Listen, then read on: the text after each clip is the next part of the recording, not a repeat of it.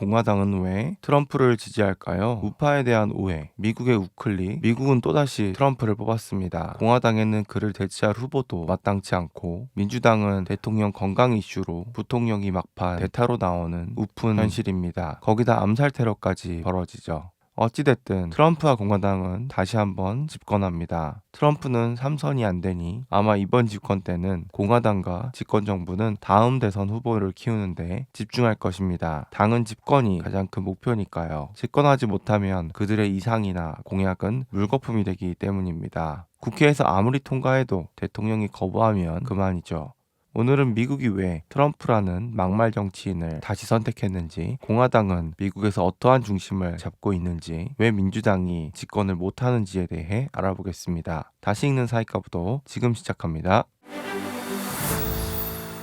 1854년 공화당은 미 남부의 노예제에 반대하는 북부운동의 연합체로 시작됩니다. 공화당의 지지 기반은 당초에는 북부의 상공인이나 농민이었지만 보수 정당화와 함께 변동하고 현재는 민주당이 도시지역을 기반으로 하고 있는 반면 공화당은 중서부나 남부의 농촌지대를 기반으로 하고 있습니다. 공화당이 결성된 1850년대의 미국은 남부에서는 흑인 노예를 사용하여 플랜테이션 경영이 이루어지고 있었던 반면 급속히 산업화되는 북부에서는 자유로운 노동이라는 이념이 확산되고 있었습니다. 당시 북부 사람들의 의식은 여전히 농본주의적이었고 저렴하고 풍부한 토지가 남아있던 서부로의 진출을 원하는 사람이 많았습니다. 그 때문에 북부에서는 남부 농장주가 서부에 진출하는 것을 막을 목적으로 자유로운 노동 이념과 연결된 자유로운 토지 이념이 활발하게 제기됩니다. 이에 따라 노예제를 둘러싼 북부와 남부의 대립은 깊어졌습니다. 당시에 2대 정당은 민주당과 희그당으로 모두 남부 선출 의원을 갖고 있었기 때문에 남부의 이익을 배려해 북부의 지지를 잃고 쇠퇴하여 자유토지당 등의 제3정당의 당세가 확대되었습니다. 1854년 5월에 민주당 정권은 캔자스 준주와 네브라스카 준주의 조직을 정한 캔자스 네브라스카 법을 제정했지만 이 법은 남부 선출 의원을 배려하고 노예제의 옳고 그름에 대해 해당 준주 주민의 결정에 맡긴다는 조항을 포함하여 이것은 미주리 타협의 원칙이었던 36도 30분 이북으로의 노예제 확대 금지 합의를 파기하는 것과 같은 내용이었습니다. 그 때문에 북부에서는 동법에 대한 격렬한 반대 투쟁이 전개되어 그 투쟁 속에서 민주당이나 희그당, 자유토지당 등의 탈당 당원도 포함해 반노예제, 반민주당의 연합 세력으로 결성된 것이 바로 공화당이었습니다. 공화당은 전 주에 걸쳐있던 민주당과 달리 북부만을 기반으로 하는 지역 정당이었지만 설립된 지 4년 만에 희그당을 대체하는 민주당의 대항 세력으로 성장해 1860년 대통령 선거에서는 민주당이 노예제 문제를 둘러싸고 북부와 남부로 분열한 것을 계기로 당 후보 에브라함 링컨이 북부와 서부에 주를 제압하고 당선을 이루었습니다. 당 최초의 대통령이 된 링컨의 남부주는 강하게 반발하여 이것은 남북전쟁의 발단이 됩니다. 당초에는 진보주의적이었지만 20세기 중반부터 보수 정당화되어 현재는 일반적으로 민주당을 자유주의, 공화당을 보수주의의 큰 틀에서 분류합니다. 정부의 시장 개입을 최소화하는 작은 정부를 당의 기본 이념으로 하고 있습니다. 남북전쟁 후에는 승리자 정당으로서 절대적인 지지를 모아 민주당을 압도하고 세계 대공황까지 대부분의 기간을 공화당이 루즈벨트 이전까지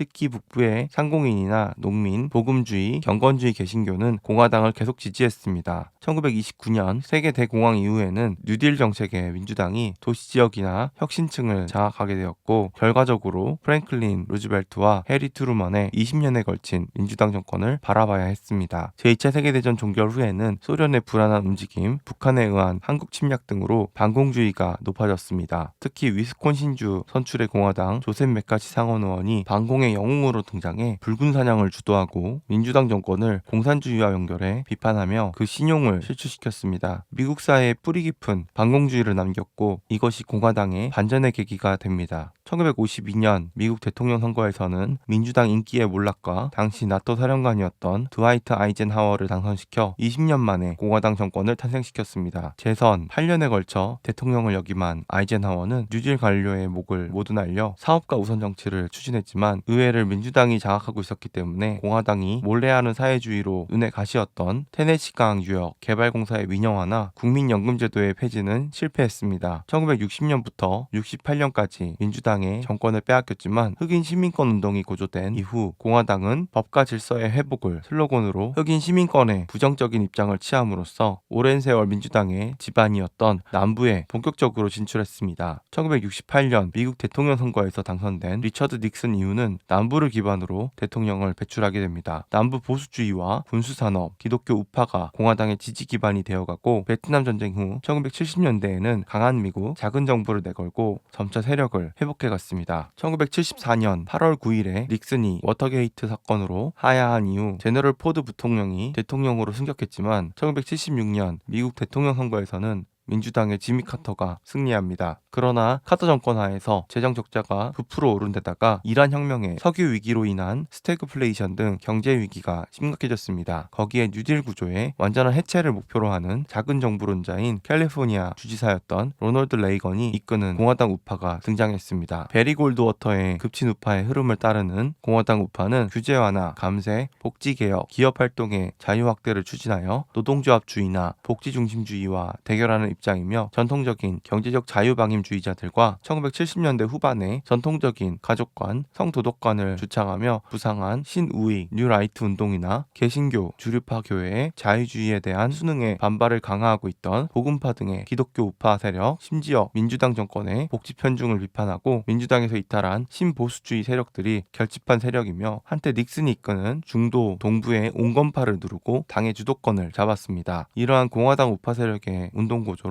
1980년 미국 대통령 선거에서는 현직이었던 카터 대통령을 꺾고 레이건이 당선되었습니다. 특히 기독교 우파 운동의 고조는 남부를 바이블 벨트로 굳히고 남부의 공화당 지지 경향을 보다 선명하게 하고 1980년과 1984년의 대통령 선거에서는 레이건은 반뉴딜, 반복지국가, 반세금, 반소, 반공 등 보수 이데올로기를 전면에 내세워 레가노믹스라고 불리는 대규모 규제 완화, 감세 정책, 복지 재검토 정책을 실시하여 작은 정부를 강력하게 추진했습니다. 그 인기는 엄청나서 레이건 정권에서 2기 8년, 조지 W 부시 정권에서 1기 4년, 총 12년에 걸친 장기 집권을 이룹니다. 1992년 미국 대통령 선거는 걸프 전쟁 승리로 한때는 지지율이 90%에 달했던 현직 조지 W 부시가 유리하다고 여겨졌지만 선거 시기가 마침 경제 하강 국면이었던 것과 재정 적자를 비판하고 재정 균형을 호소한 제3후보인 로스 페로에게 대량 득표를 빼앗겨 민주당의 대통령 후보인 빌 클린턴에게 패배하고 맙니다. 2000년 미국 대통령 선거에서 당의 대통령 후보인 조지 W 부시가 클린턴 정권의 부통령이었던 민주당 대통령 후보인 알 고어를 접전 끝에 꺾고 당선되었습니다. 2001년 9월 11일 동시다발 테러 사건은 미국 국민을 단결시켜 조지 W 부시 정권의 지지율을 한때는 90%로 상승시켰지만 공화당 우파의 대외 강경파가 외교 주도권을 잡는 계기가 되어 아프간 전쟁, 이라크 전쟁이 차례로 펼쳐집니다. 거의 만장일치로 지지된 아프간 전쟁에 비해 이라크 전쟁은 내외에서 강한 반대가 일어나 지지율 하락의 계기가 되어 2004년 대통령 선거는 아들 부시가 재선을 이루었지만 2006년 중간선거에서는 허리케인 카트리나 피해 대응 지연에 대한 비판, 이라크 전쟁 비판의 고조, 공화당 의원의 스캔들 연속 등이 겹쳐 상하 양원 과반수를 민주당에 빼앗기며 소수여당이 되고 맙니다. 2008년 미국 대통령 선거에서 존 맥케인을 당 후보로 삼았지만 민주당의 대통령 후보인 버락 오바마에게 패배해 정권을 잃었습니다. 오바마 정권이 주목한 의료보험 개혁안은 거액의 정부 지출을 필요로 하며 공화당 우파는 이를 사회주의 정책, 비미국적이라고 비판하고 작은 정부를 목표로 하는 풀뿌리 운동, 티파니 운동과 함께 오바마 케어에 대한 공격을 강화했습니다. 2012년 미국 대통령 선거는 미트 롬니 후보를 세워 현직 오바마 대통령에게 도전하지만 백인 부유층 편이라는 평가를 뒤집지 못하고 패배합니다. 2014년 중간선거에서는 하원의 의석을 더욱 늘려 247의석을 획득해 제2차 세계대전 이후 최다 승리를 거두었습니다. 상원에서도 과반수를 획득했습니다. 2016년 미국 대통령 선거에서는 당의 대통령 후보인 도널드 트럼프가 민주당 후보인 전 영부인 힐러리 클린턴의 득표선은 모자라지만 획득 선거 인원수로 승리해 당선 8년 만에 정권을 회복합니다. 그러나 2018년 중간선거에서는 상원의 과반수는 유지했지만 하원의 과반수를 잃었고 2020년 미국 대통령 선거에서는 재선을 목표로 하는 트럼프가 당의 대통령 후보로 출마하지만 오바마 정권의 부통령이었던 민주당의 대통령 후보인 조 바이든에게 패배해 정권을 잃었습니다. 같은 날 치러진 하원 선거와 상원 선거에서도 공화당은 과반수를 차지하지 못했습니다. 그리고 마침내 2024년 대선에서 언론의 비관적 예상과 달리 해리스를 가볍게 압승하며 도널드 트럼프가 다시 백악관에 입성합니다. 지금까지 19명의 공화당 대통령이 탄생했으며 이 수는 어떤 정당보다도 많습니다. 당초 공화당은 남부 보수주의에 영향을 받는 민주당의 상대적인 존재로서 북부 진보주의에 영향을 받아 고전적 자유주의를 지지하고 노예제 확대에 반대하고 경제개혁을 지지했으나 1912년 이후 당은 이데올로기적으로 오른쪽으로 이동했습니다. 특히 세계 대공황 이후 민주당이 프랭클린 루즈벨트와 그의 뉴딜 정책에 의해 미국의 작용하에 루즈벨트에 대한 대항으로 보수화를 강화해 갔습니다. 1964년 시민권법과 1965년 투표권법 이후에 당의 핵심적인 기반을 시프트했고 남부주는 정치적으로 더 확실하게 공화당주가 되었습니다. 21세기 당의 지지 기반에는 농촌에 사는 사람들, 사일런트, 제너레이션, 백인 남성, 복음주의, 기독교인 등이 포함되어 있습니다. 루즈벨트 이후의 민주당이 경제 사회 정책에서 큰 정부를 지향하는 반면 공화당은 작은 정부 지향이 더 강해 자유시장이나 자본주의의 옹호, 민영화나 규제화나 추진, 감세 등의 노선을 취하는 경우가 많습니다. 특히 법인세와 상속세 감세를 주장하고 누진과세를 반대합니다. 복지는 가능한 축소를 목표로 하며 원래 미국은 사업가나 개인의 자유 경쟁을 중시하며 이를 통해 강대해진 국가이기 때문에 20세기 이후 민주당 정권에 의해 비대화된 정부의 역할은 축소시키고 시장의 자유 경쟁을 방해하는 규제를 철폐해 나가야 한다는 것이 공화당의 기본적인 철학입니다. 이민 제한, 군사비 증가, 낙태 제한, 농업조합 제한 등의 경향도 있습니다. 또한 지구온난화 문제에는 회의적인 의원이 많아 에너지 절약보다 단기적인 경제 효율성을 우선시하는 경향이 두드러집니다. 2001년 3월에는 조지 W. 부시 정권이 교토 의정서에서 2020년 11월에는 트럼프 정권이 파리 협정에서 각각 탈퇴했습니다. 공화당의 중동 정책은 민주당 이상으로 친이스라엘 외교가 두드러집니다. 특히 트럼프 공화당 정권은 예루살렘을 이스라엘의 수도로 승인하거나 골란고원의 주권을 이스라엘에 인정하는 등 친이스라엘 외교를 강력하게 추진했습니다. 대만에 대해서는 2016년 정책 강령에서 우리는 대만 해협의 미래에 관한 모든 문제는 대화를 통해 해결하고 대만 사람들에게 동의되어야 한다는 원칙에 따라 대만 해협의 현황을 바꾸는 일방적인 조치에 반대하며 만약 중국이 이러한 원칙을 위반한다면 미국은 대만 관계법에 따라 대만이 자국을 방어하는 것을 원조할 것이다라고 하고 있습니다. 우리의 언론은 공화당의 트럼프를 다룰 때 트럼프의 인간적인 면만을 쫓고 그의 만행에 대해 주로 다룹니다. 그리고 그를 제어하지 못하는 공화당을 무능하게 표현하죠. 그러나 이번에 압도적 지지로 당선된 트럼프의 모습은 미국 공화당과 지지자들이 바라는 미국의 방향일 것입니다. 우리 정부도 이에 발맞춰 눈높이에 맞는 방향으로 잘 항해해야 어려운 국제 정세에 잘 대응하는 것이겠죠. 오늘 영상도 시청해주셔서 감사드리며 구독과 알림 설정, 슈퍼챗과 멤버십으로 채널 운영에 도움을 주시기 부탁드립니다. 그럼 저는 다음 영상에서 찾아뵙겠습니다. 감사합니다.